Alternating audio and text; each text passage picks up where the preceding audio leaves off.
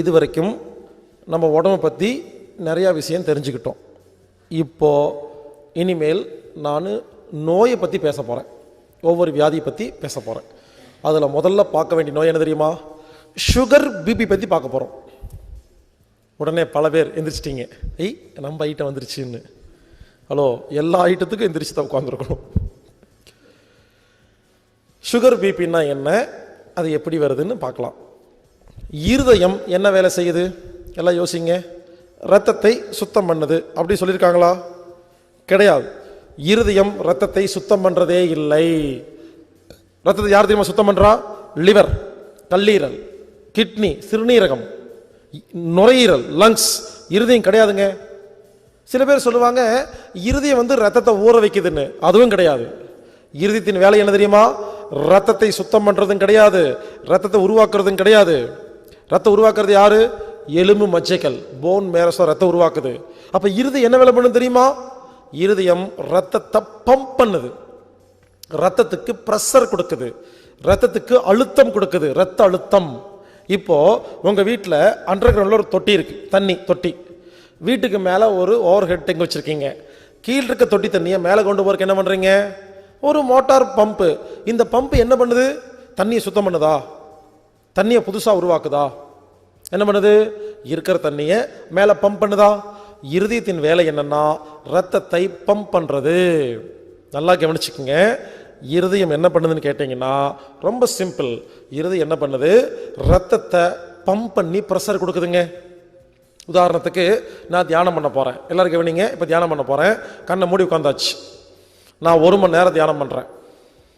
உடம்பு அசையலை, கண்ணை மூடி உட்காந்துருக்கேன். இப்போ சொல்லுங்கள், 1 மணி நேரம் அசையாமல் உட்கார்ந்ததுக்கு அப்புறமா யாராவது பிபி சுகர் பார்க்குற மிஷின் இருந்தால் எனக்கு செக் பண்ணி பாருங்கள். எனக்கு எப்படி தெரியுமா? லோ பிபி லோ சுகர் இருக்கும். ஏன்? 1 மணி நேரம் உடம்பு அசையாமல் உட்கார்ந்தனால எல்லா செல்லுக்கும் வேலை இல்லாமல் போச்சா? அமைதியாக இருக்குதா? அப்போ எல்லா செல்லுக்கும் பிபி கொஞ்சமாக இருந்தால் போதுமா? சுகர் கொஞ்சமாக இருந்தால் போதுமா? அப்போ லோ பிபி லோ சுகர் வந்துருச்சா? எதுக்கு சொல்ல வரேன்னா, லோ பிபி லோ சுகர் என்பது ஒரு நோய் கிடையாது. சரி, இப்போ தியானத்தை முடிச்சாச்சு. மெதுவாக என்ன பண்ணுறேன்? கண்ணை திறக்கிறேன். நான் ஒரு கையை மட்டும் ஆட்டுறேன். எல்லாரும் நல்லா கவனிங்க. நான் ஒரு கையை மட்டும் ஆட்டி கண்ணை திறந்திருக்கும் பொழுது ஏற்கனவே இருக்கிற சுகர் பிபி இருக்குமா இல்லை அதிகமாக இருக்குமா? அதிகமாக இருக்கும். ஏன் அதிகமாச்சு? இந்த கையை ஆட்டுறனா, கையை ஆட்டும் பொழுது கையுக்குள் இருக்கிற எல்லா செல்லும் வேலை செய்தா? இது வரைக்கும் கையா பார்த்தீங்களா? இப்ப கையா பார்ப்பீங்களா? கோடிக்கணக்கான செல்லுகள் ஆடுது அப்படின்னு பார்க்கறோமா? அப்போ இந்த எல்லா செல்லும் என்ன பண்ணும்? கதவை திறந்து ஆக்சிஜன் எடுக்குமா, சர்க்கரை எடுக்குமா? அப்ப சுகர் பிபி அதிகமாயிருமா இல்லையா? இப்ப ஏற்கனவே இருந்த லோ பிபி லோ சுகர் கையை ஆட்டும் பொழுது கொஞ்சம் அதிகமாயிருச்சா? இப்ப 2 கை ஆட்டுறேன். எல்லாரும் யோசிங்க. 2 கை ஆட்டும் பொழுது இன்னும் அதிகமாகுமா கம்மியாகுமா? அதிகமாகும். அதை விடுங்க. இங்கிருந்து ஓடுறேங்க, இங்கிருந்து எகிரி கூச்சி ஓடுறேன். 2 கிலோமீட்டர் வேகமா ஓடுறேன். நான் 2 கிலோமீட்டர் வேகமா ஓடி உட்காரும் பொழுது அங்க யாராவது பிபி பார்க்குற மிஷின் இருந்து சுகர் பார்க்குற மிஷின் இருந்து எனக்கு செக் பண்ணி பார்த்தா எனக்கு ஹை பிபி ஹை சுகர் இருக்குமா இருக்காதா? இருக்கும். இப்ப சொல்லுங்க, ஏன் அதிகமாச்சு? எல்லா உறுப்பு வேலை செய்தா ஓடும் பொழுது. அப்ப எல்லா உறுப்புக்கு சுகர் தேவைப்படுதா? அப்ப ஹை பிபி ஹை சுகர் வருதா? அங்க போய் அமைதியா உட்கார்றேங்க, மறுபடியும் தியானம் பண்றேன். கொஞ்சம் கொஞ்சமா ஹை பிபி ஹை சுகர் கொஞ்சம் கொஞ்சமா கம்மியாயிட்டு வருதா? இப்ப நார்மலுக்கு வருதா? அப்புறம் லோக்கு போயிருச்சா? இப்ப எல்லாரும் யோசிங்க, என்னுடைய பிபி சுகரை லோ ஹை லோன்னு நான் மாத்தி காமிச்சேன்ல, எனக்கு என்ன வியாதி வந்துருச்சா? புரிஞ்சுக்கங்க, உலகத்தில் யாருக்குமே பிபி சுகர் நார்மலா இருக்கணும்னு அவசியமே இல்லை. ஓடனா பிபி சுகர் அதிகமாகுது, உட்கார்ந்தா கம்மியாகுதா? அப்ப யோசிச்சு பாருங்க, அப்ப யாருமே ஓடக்கூடாதா? BP sugar normal normal normal பிரச்சாரம் பண்றாங்களே, நான் ஒரு கேள்வி கேட்கிறேன். ஒரு ரோட்ல நடந்து போறீங்க, ஒரு சொறி நாய் துரத்துது, நீங்க ஒன்று பண்ணுங்க, ஸ்லோ மோஷன்ல ஓடுங்க. நார்மல் பிபி நார்மல் சுகர்ல ஸ்லோ மோஷன்ல ஓடினீங்கன்னா நாய் வந்து கடிச்சிடும். உங்க செல்போனை திருட ஒருத்தர் திருடிட்டு ஓடுறான், அவன் ஹை பிபி ஹை சுகர்ல ஓடிட்டு இருப்பான். நீங்க என்ன பண்ணுங்க, ஸ்லோ மோஷன்ல நார்மல் பிபி நார்மல் சுகர்ல துரத்துங்க, அவன் செல்போன் தூக்கிட்டு ஓடி போயிடுவான். ஒலிம்பிக்ல ஓட்டப்பந்தயத்தில் போய் நீங்க மட்டும் ஸ்லோ மோஷன்ல ஓடிட்டுருங்க, நார்மல் சுகர் நார்மல் பிபின்னு பதக்கமெல்லாம் கிடைக்காது. புரிஞ்சுக்குங்க, நான் என்ன சொல்ல வரேன்னா, பிபி சுகர் என்பது நார்மலா இருக்கணும்னு அவசியமே கிடையாது. ஓடனா அதிகமாகுது, உட்கார்ந்தா கம்மியாகுதா இல்லையா? அப்போ உடம்புக்கு எவ்வளவு வேணுமோ அதுவா இன்க்ரீஸ் பண்ணி டிக்ரீஸ் பண்ணிக்குதா? நீங்க செக் பண்ணி எதுக்கு மருந்து மாத்திரை சாப்பிட்டு இருக்கீங்க? உடனே பல பேர் யோசிப்பீங்க, தம்பி எங்களுக்கும் தெரியும் ஓடும்போது பிபி சுகர் அதிகமாகுது, உட்கார்ந்தா கம்மியாகுது, எங்களுக்கு தெரியும். நான் ஓடவே இல்லை, வீட்டில் சும்மா உட்காந்து சோபாவில் உட்காந்து டிவி பார்த்துட்டு இருந்தேன், அப்ப எனக்கு பிபி சுகர் ஏறிடுச்சு. இது ஏன் அப்படின்னு சில பேர் கேட்பீங்க. அதுக்கு வேற காரணம். டிவி பார்த்துட்டு உட்காந்துருப்பீங்க, இந்த பூங்கொடி இருக்கா இல்லையா, அவன் பூங்கொடி என்ன பண்ணிருப்பா, தாத்தாட்ட போயிட்டு நான் லவ் பண்றது சரவணனை தான் கார்த்திகேயன் போட்டு உடைச்சிருப்பா உண்மையை. அதை கேள்விப்பட்டு பக்குன்னு உங்க பிபி எகிரி இருக்கும். இப்படி நிறைய பிபி இருக்கு. சக்திய வம்சத்துல கத்தி எடுத்து குத்துற கொடுத்தும் போயிருப்பான், ஐயோ சக்தி அப்படின்னு பிபி எகிரி இருக்கும். அப்புறம் கேமரா மெதுவா கீழே காமிப்பாங்க, அருக்காணி கத்தி பிடிச்சிருப்பா, அப்பா சக்தியை காப்பாத்தியாச்சு, பிபி கம்மியா இருக்கும். இப்படி நிறைய பிபி சுகர் இருக்கு. முதல்ல எல்லாம் பிபி சுகர்லாம் திங்கள் முதல் வெள்ளி வரைக்கும் வந்துட்டு இருந்துச்சு, இப்ப திங்கள் முதல் சனி வரைக்கும் வந்துருச்சு, சனியை முடிச்சது. எல்லாம் பிபி சுகர் தான், வேற ஒண்ணுமே இல்லை. பார்த்துட்டு பேன் உட்கார்ந்துருக்கிறது, மாயா பண்றதுக்கு அப்படி ஏறுது பிபி. உண்மையிலேங்க பிபி சுகர் காரணமே நாடகம் தான். புரிஞ்சுக்கங்க, எல்லாரும் நல்லா கேளுங்க. பிபி சுகரை பத்தி இப்ப சொல்றதை மட்டும் புரிஞ்சுக்கிட்டீங்கன்னா இன்னையிலிருந்து பிபி சுகர் கிடையாதுங்க. பிபி சுகர் ஒரு மனிதனுக்கு அதிகமாகிறதுக்கு 3 காரணம். உடம்பில் உள்ள எல்லா செல்களுக்கும் வேலை கொடுக்கும் பொழுது பிபி சுகர் அதிகமாகுது. காரணம் 1, அப்ப அமைதியா உட்கார்ந்தா கம்மியாயிருது இல்லையா? இப்படி அதிகம் கம்மி ஆகும் பொழுது செக் பண்ணி மருந்து மாத்திரை சாப்பிடணுமா? தேவையில்லை. 2வது, மனதில் கோபம் டென்ஷன் பயம் வரும் பொழுது, ஃபீலிங்ஸ் வரும் பொழுது பிபி சுகர் ஏறும். அப்ப என்ன பண்ணணும், மனதை அமைதியா சாந்தமா வச்சுக்கிட்டோம்னா மறுபடியும் கம்மியாயிருமா? இப்ப அதிகமாகும் பொழுது இதுக்கும் செக் பண்ணி மருந்து மாத்திரை சாப்பிட வேண்டிய அவசியம் இல்லையா? 3வது, இது வரைக்கும் யாருமே சொல்லாதது, உடம்பில் வியாதி வரும் பொழுது அதை குணப்படுத்துறதுக்கு பிபி சுகர் அதிகமாகும். இது யாருமே சொன்னது இல்லைங்க. நமது உடம்புல நோய் வந்துருச்சுன்னு வச்சுக்கோங்களேன், நம்ம உடம்பு என்ன பண்ணும், தன்னைத்தானே குணப்படுத்தணும் பார்த்தோமா? அப்போ உடம்பில் வியாதி வந்தா அதை சரி பண்றதுக்கு பிபி சுகர் அதிகமாகுங்க. நம்பிக்கை இல்லையா? ஒரு சின்ன டெஸ்ட். இங்க யாருக்காவது பிபி சுகர் நார்மலா இருந்தா எங்கிட்ட வாங்க, செக் பண்ணி பார்க்கலாம். நார்மலா இருக்குமா? ஒரு கத்தி எடுத்து கையை லேசா ஒரு கீறல் போடுவேன், வெட்டலாம் மாட்டேன், கீறல் தான். ஒரு கீறல் போட்டுட்டு உடனே உங்க பிபி சுகர் செக் பண்ணி பார்க்கலாமா? ஹை பிபி ஹை சுகர் போயிருக்கும். ஏன்? இப்ப இனிப்பு சாப்பிட்டீங்களா, உப்பு சாப்பிட்டீங்களா, ஏன் ஏறிச்சு? புரியல. கத்தி எடுத்து கையை அறுத்த உடனே இந்த கையில் இருக்கிற எல்லா செல்லும் சாகடிச்சிட்டோமா? உடம்பு சும்மா இருக்குமா? அந்த செல்களை புதுப்பிச்சு மறுபடியும் ஒட்ட வைக்கணுமா இல்லையா? ஒரு 3 மாசம் கழிச்சு ஒட்டி இருக்குதா இல்லையா? நம்ம ஒண்ணுமே பண்றது இல்ல, அதுவா ஒட்டுது இல்லையா? அப்புறம் உடம்புக்குள்ள தன்னைத்தானே குணப்படுத்துற நடக்குதா? புரிஞ்சுக்கங்க, உடம்பில் வியாதி வந்த உடனே உங்க பிபி சுகர் அதிகமாகுங்க. நான் சும்மா எல்லாம் சொல்ல, நான் லேப்ல உட்கார்ந்து டெஸ்ட் பண்ணி அறுத்து பார்த்து சொல்லிட்டு இருக்கிறேன்.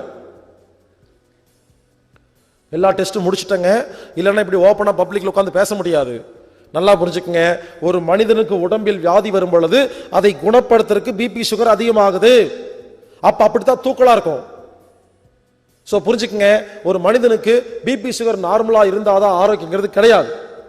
தேவைப்பட்ட அதிகமாக இல்லைன்னா கம்மியாகும். அது உடம்பு பார்த்துக்கும், நீங்க டெஸ்ட் பண்ணி பார்க்க வேண்டிய அவசியமே கிடையாது. நல்லா புரிஞ்சுக்கங்க, என்ன தப்பு நடக்குதுன்னு கேட்டீங்கன்னா, ஒருத்தருக்கு 10,000 செல்லுக்கு நோய் வந்துருச்சு உடம்புல. பிபி சுகர் அதிகமாயிருமா? இவர் ஹாஸ்பிட்டல் போறாரு. டாக்டர் என்ன பண்றாரு?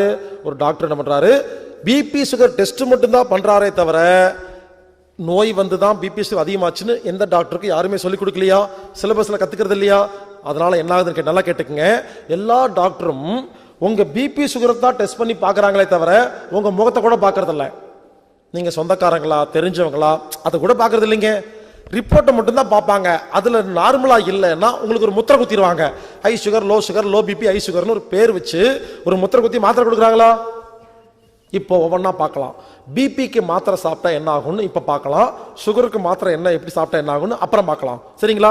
பிபிக்கு மாத்திரை சாப்பிட்டா என்ன ஆகும் தெரியுமா? நல்லா கவனிங்க. உங்க உடம்புல 10,000 செல்லுக்கு நோய் வந்துருச்சு, பிபி அதிகமாயிருச்சு. எதுக்கு? அதை சரி பண்றதுக்கு தானே. இப்ப பிபிக்கு மாத்திரை சாப்பிடுறீங்க. இது என்ன பண்ணுது? பிபிக்கு யாராவது மாத்திரை சாப்பிட்டீங்கன்னா அந்த மாத்திரை 10,000 செல்லுக்கு நோயெல்லாம் குணப்படுத்துறது இல்லைங்க. பிபி மாத்திரை நேரா போய் என்ன பண்ண தெரியுமா? இருதயம் இருக்குல்ல, அது அதிகமா துடிச்சிட்டு இருக்கு இல்லையா, அதுகிட்ட போய் மிரட்டும். பிபி மாத்திரைங்கிறது ரவுடி பையன். ஏய் மவனே, இன்னொரு முறை அதிகமா துடிச்சா குத்திவன் மிரட்டி இருதயத்தை ஒரே மாதிரி துடிக்க வைக்கிறதுக்கு தான் பிபி மாத்திரை பயன்படுத்தே தவிர பிபி மாத்திரை உடம்பில் உள்ள நோய்களை குணப்படுத்துறதே கிடையாது. இப்ப சொல்லுங்க, 3 மாசம் யாரெல்லாம் பிபிக்கு மாத்திரை சாப்பிடுறீங்களோ 3 மாசம் இருதயத்தை ஒரே மாதிரி துடிக்க வச்சிட்டீங்களா? அப்ப என்ன ஆகும்? 10,000 செல்லுக்கு நோய் குணமாகாதா? புதுசா நோய் வருமா டெய்லி 3 மாசத்துல? அதெல்லாம் குணமாகாதா? நல்லா கேளுங்க. 3 மாசம் யாரெல்லாம் பிபிக்கு மாத்திரை சாப்பிட்டு ஒரு நாள் நிறுத்தி பாருங்க, என்ன ஆகுது? குப்புன்னு பிபி ஏறுதா, சுகர் ஏறுதா? நீங்க என்ன பண்ணுவீங்க?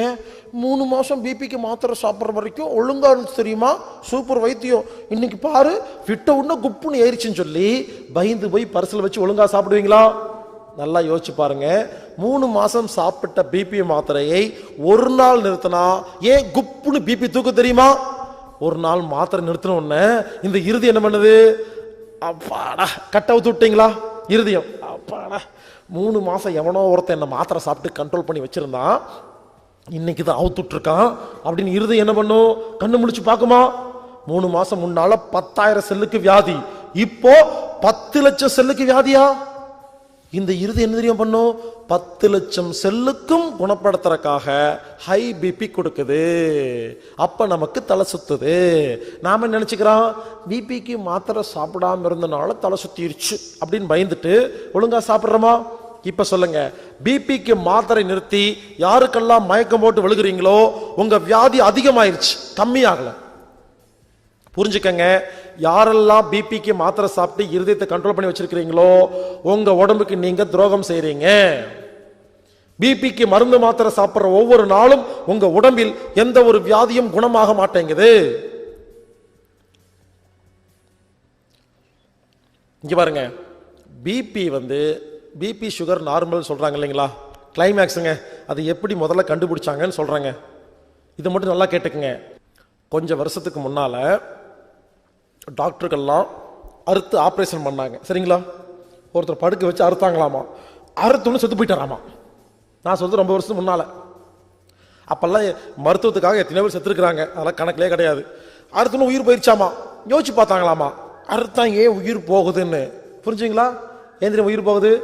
இந்த புத்தி இருக்கு இல்லையா, என்ன அறுத்துட்டாங்கன்னு புத்தியில தெரிஞ்ச உடனே புத்தி மனதை குழப்பி மனது உயிர் போக வச்சிருதுங்க. அப்புறம் தான் கண்டுபிடிச்சாங்களாமா, புத்தி இருந்தாதான் உயிர் போகுதுன்னு கண்டுபிடிச்சு புத்தியையும் மனதையும் ஆஃப் பண்றதுக்காக அனதீசியா அப்படிங்கிற தூக்க மருந்தை கண்டுபிடிச்சாங்க, மயக்க மருந்து. நான் கேட்கிறேன், மயக்க ஊசி போட்டுட்டு அறுத்தா உயிர் போறதில்ல, மயக்க ஊசி போடாம அறுத்தா ஏன் உயிர் போகுது? எல்லாம் யோசிச்சு பாருங்க. நமக்கு தெரிஞ்ச செத்து போயிடுவோம், தெரியாட்டி அறுத்தாலும் ஒண்ணும் பண்றது இல்லை. இது ஒரு மிகப்பெரிய உதாரணங்க. நமது புத்திக்கு தெரியலன்னா அறுத்தாலும் உயிர் போகலையா? மறுபடியும் ஒட்ட வச்சு ஆபரேஷன் எழுப்பிடுறாங்களா? புரிஞ்சுக்குங்க, புத்தியில தான் எல்லாமே இருக்குது. அப்புறம் மயக்க மருந்து கண்டுபிடிச்சு புத்தி மனசை ஆஃப் பண்ணிட்டு அறுத்தாங்களாமா. அறுத்தவன உயிர் போகலையாமா. கொஞ்ச நேரம் கழிச்சு பிரெயின் டியூமர் வந்துச்சாமா, பக்கவாதம் வந்துச்சு, ஹார்ட் அட்டாக் வந்து இறந்துட்டாங்களாமா. அப்புறம் தான் யோசிச்சாங்களாமா, அதான் புத்தியை ஆஃப் பண்ணிட்டோமே, அப்புறையே உயிர் போகுதுன்னு ஆராய்ச்சி பண்ணி பார்த்தா அதுக்கப்புறம் தான் கண்டுபிடிச்சாங்களாமா. கத்தி வச்சு அறுக்கிறாங்க இல்லையா, நாம மயக்கம் போட்டு கிடக்கிறோம், ஆனா உடம்புக்குள்ள அறிவு இருக்குன்னு சொன்னா அந்த அறிவு என்ன பண்ணுதாமா, கத்தி வச்சு அறுத்துட்டாங்களா, அங்க இருக்கிற செல்களை எல்லாம் புதுசா மாத்துறதுக்காக வேலை ஏற்பாடு பண்ணுதாமா, ஆரம்பிச்சிருதாமா. இந்த உடம்புக்கு தெரியுமா யாரு, ஓ நம்ம குடும்ப டாக்டர் தான் ஆபரேஷன் பண்றாதா, அப்புறமா ஒட்ட வச்சிருவான்னு சும்மாவா இருக்கும். நம்ம உடம்புல இருக்கிற இம்யூன் பவர் இருக்கு இல்லையா, அது என்ன பண்ணுதாமா, அறுத்த உடனே ஒட்ட வைக்கிற வேலையை ஆரம்பிக்குதாமா. அப்போ எல்லா செல்லும் ஒட்ட வைக்கிறதுக்கு நிறைய பிபி வேணுமா, நிறைய ஆக்சிஜன் வேணுமா, நிறைய குளுக்கோஸ் வேணுமா, என்ன பண்ணுதாமா, கண்ணா அப்படின்னு சப்ளை பண்ணும் பொழுது ரத்த நாளங்கள் வெடிச்சு பிரெயின் டியூமர் வருதாமா, ஹார்ட் அட்டாக் வருதாமா, உயிர் போயிருதாமா. அப்புறம் தான் கண்டுபிடிச்சாங்க புத்தி மனசும் ஆஃப் பண்ணா பத்தாது, நமது உடம்பில் இருக்கும் இம்யூன் பவர் அப்படிங்கிற பவரையும் சுகர் பிபியும் ஒரு நார்மலா வச்சிருந்தா தான் உயிர் போகாதுன்னு கண்டுபிடிச்சு அதுக்கு ஒரு அளவு கண்டுபிடிச்சாங்க. அந்த அளவுக்கு பேர் தான் பிபி சுகர் நார்மல். அந்த காலத்துல ஆபரேஷனுக்கு முன்னால 10 நாளும் ஆபரேஷன் பண்ற அன்னைக்கும் ஆபரேஷன் முடிச்சு 10 நாளும் பிபி சுகருக்கு மாத்திரை தருவாங்க. சரிங்களா, நல்லா கேட்டுக்குங்க. இப்படி அந்த முன்னால 10 நாள் பின்னால 10 நாள் மாத்திரை கொடுத்து பிபி சுகரை ஒரே மாதிரி கண்ட்ரோல் பண்ணி வச்சிருந்தாதான் ஆபரேஷன் சக்சஸ் பண்ண முடியும். இதுக்காக தான் சுகர் பிபி நார்மல்னு ஒரு அளவை கண்டுபிடிச்சாங்க. புரிஞ்சுங்களா? அப்புறம் என்னாச்சு, இந்த அளவுக்கு மருந்து கண்டுபிடிச்சாங்க, அதை கொடுத்தாங்க. சரிங்களா, அப்புறம் மருந்து மாத்திரை கம்பெனி என்ன பண்ணுச்சு, ரூம் போட்டு யோசிச்சாங்க, ஆபரேஷன் பண்ணும்போது மட்டும் கொடுக்கறதுனால கொஞ்சமாக தான் வியாபாரம் நடக்குது, ஒன்று பண்ணலாம், பொதுமக்கள் என்ன சொன்னாலும் நம்புவாங்கன்னு சொல்லி பிபி சுகர் நார்மலாக இருக்கணும் இல்லைன்னு ஆபத்துன்னு ஒரு பொய் பிரச்சாரத்தை ஆரம்பிச்சு இந்த WHO FDA இவனுங்கெல்லாம் ஒன்று சேர்ந்து பொய் பிரச்சாரத்தை ஏற்படுத்தி பண்ணி இன்டர்நேஷனல் லெவலில் டிவி பேப்பர்ல எல்லாம் சயின்ஸுங்கிற பேரில் பிபி சுகர் நார்மலாக இருந்தாதான் ஆரோக்கியம், இல்லைன்னா உயிர் போயிரு நம்மளை பயமுறுத்தி மருந்து மாத்திரை கம்பெனிகளால் கண்டுபிடிக்கப்பட்ட போலி நோய்களுக்கு பேர் தான் பிபி சுகர். என்ன பொறுத்த வரைக்கும் அப்படி 2 நோய் உலகத்துல கிடையவே கிடையாது. ஏங்க, பிபி சுகர்னு ஒரு நோய் இருக்குன்னா திருவள்ளுவர், திருமூலர், நபிகள் நாயகம், இயேசுநாதர் எங்கேயாவது எப்பவாவது அவங்க எழுதின புக்கில் அந்த நூல்களில் எங்கேயாவது எப்பவாவது சுகரை பிபியை கண்ட்ரோல் பண்றதுக்கு இப்படி பண்ணுங்கன்னு சொன்னாங்களா? யோசிச்சு பாருங்க. அப்படி ஒரு வியாதியே இல்லைங்க. தயவுசெய்து புரிஞ்சுக்குங்க, பிபி சுகரை முதல்ல டெஸ்ட் பண்ணியே பார்க்க கூடாது. அந்த டெஸ்ட் பண்ணி பார்த்து ரெக்கார்ட் இருக்கு இல்லையா, ஐயோ அந்த நினைப்புதான் வியாதி. அது ஒழுங்கா தான் இருக்கு, நம்மளா செக் பண்ணி பயந்து போய் சுத்திட்டு இருக்கிறோம். புரிஞ்சுக்குங்க, யாரெல்லாம் பிபிக்கு மாத்திரை சாப்பிட்றீங்களோ நல்லா கேட்டுக்குங்க, பிபிக்கு மருந்து மாத்திரை சாப்பிட்ற ஒவ்வொரு செகண்டும் நமது உடம்பில் நோய்கள் குணமாவது கிடையாது, நிறுத்தி வைக்கப்படுது. பிபி சுகர் அதிகமானாதான் நோய்கள் குணமாக்கப்படும். எவ்வளவு பெரிய உண்மையை மறைச்சிட்டாங்க, புரிஞ்சுக்குங்க. அதனால யாருக்கெல்லாம் பிபி சுகர் இருக்கோ, யாரெல்லாம் கண்ட்ரோல் பண்றதுக்கு மருந்து மாத்திரை சாப்பிட்றீங்களோ, ரொம்ப சிம்பிளா சொல்ல போனா உங்க செலவுல உங்க உடம்புக்கு நீங்களே செல்ஃப் சூன்யம் வச்சுக்கிறீங்கன்னு அர்த்தம். தைரியமா இருங்க, பயப்பட வேண்டாம். இங்க பாருங்க, நான் ஒன்றும் பயமுறுத்துறதுக்காக வரல, உங்களை தெளிவுபடுத்துறதுக்காக வந்திருக்கேன். சரிங்களா? அதனால யாரெல்லாம் பிபிக்கு மருந்து மாத்திரை சாப்பிட்றீங்களோ இன்னைக்கு நைட்டு போய் தூக்கி வீசிடாதீங்க, அதே மாத்திரை சாப்பிடுங்க. ஏன் தெரியுமா, 10 வருஷமா சாப்பிட்ட பிபி சுகர் மருந்து மாத்திரையை ஒரே நாள்ல விட்டா அத்தனை பிபி ஒரே நாள்ல எகிருமா, அதிகமாகுமா? அப்ப ஆபத்தானே. நான் என்ன சொல்றேன், அதே பிபிக்கு அதே சுகருக்கு மாத்திரை சாப்பிடுங்க, வேண்டான்னு சொல்ல. நான் என்ன சொல்ல வரேன், இந்த 5 விஷயம் இருக்கு இல்லையா, இங்க பாருங்க, பிபி ஏன் அதிகமாகுது, உடம்புல நோய் வந்துருச்சுன்னு அர்த்தமா இல்லையா? எப்படி சரி பண்றதுன்னு கேட்டா இந்த 5 விஷயத்தை எப்படி ஒழுங்கு பண்றதுன்னு நாளைக்கு நைட்டுக்குள்ள சொல்லி கொடுத்துருவாங்க. அதை ஒழுங்கா உட்காந்து தூங்காம உட்காந்து கேட்டுட்டு வீட்டில் போய் ஒழுங்கா ஃபாலோ பண்ணீங்கன்னா, இந்த 5 விஷயத்தை ஒழுங்கு பண்ணீங்கன்னா ஒரு நிமிடத்தில் 300 கோடி செல்கள் புதுசா மாறுமா? அப்ப 300 கோடி செல்களுக்கு பிபி சுகர் தேவையில்லையா? எங்க ஒரு நிமிஷத்துல 300 கோடி செல்லுனா ஒரு மாசம் ஃபாலோ பண்ணா எத்தனை கோடி செல்லுக்கு நோய் குணமாகும்? அப்ப என்ன பண்ணலாம், அடுத்த மாசம் நிறைய செல்லு நோய் குணமாயிருக்குமா, பிபி சுகர் கம்மியா தேவைப்படுமா? அப்போ 2வது மாசம் 3/4 மாத்திரை சாப்பிட்டா போதும், 3வது மாசம் 1/4 மாத்திரை சாப்பிட்டா போதும், 4வது மாசம் நீங்க பாருங்க, முதல் மாசம் அதே மாத்திரை சாப்பிடுங்க, 2வது 3/4, 3வது மாசம் பாதி, 4வது மாசம் 1/4, 5வது மாசம் மொத்த மருந்து மாத்திரை நிறுத்திட்டு நம்ம 5 டெக்னிக்கை ஒழுங்கா ஃபாலோ பண்ணிட்டு வந்தீங்கன்னா இனிமேல் உங்கள் வாழ்க்கையில் பிபி கிடையவே கிடையாது. இப்படி தாங்க பிபியை குணப்படுத்தணும். அதை விட்டுட்டு வாழ்க்கை ஃபுல்லா பிபிக்கு மாத்திரை சாப்பிடுங்கன்னு சொல்லி உங்களை சாப்பிட வச்சு எப்படி இருந்தனா இப்படி ஆயிட்டேன்னு பண்ண வைக்கிறாங்களா இல்லையா? யோசிச்சு பாருங்க. பிபிக்கு மருந்து மாத்திரை சாப்பிட்றதுக்கு முன்னால நல்லா இருந்தீங்களா? சாப்பிட்டு சாப்பிட்டு சாப்பிட்டு சாப்பிட்டு வீக் ஆகுறீங்களா, ஸ்ட்ராங் ஆகுறீங்களா? யோசிச்சு பாருங்க. அதனால இதுதான் சிகிச்சை. தயவுசெய்து புரிஞ்சுக்குங்க. யாருக்கெல்லாம் பிபி ரத்த அழுத்தம் நோய் இருக்குதோ நீங்க புரிஞ்சுக்குங்க, அப்படி ஒரு வியாதியும் கிடையாது, அதுக்கு செக்கிங் கிடையாது. செக் பண்றதே ஒரு வியாதின்னு புரிஞ்சுக்கிட்டு இனிமேல் நான் சொல்றதை ஃபாலோ பண்ணீங்கன்னா ஒவ்வொரு மாசம் மெதுவா மருந்து மாத்திரை கம்மி பண்ணி 6 மாசத்துக்கு அப்புறம் பிபி கிடையாது, சுகர் கிடையாது.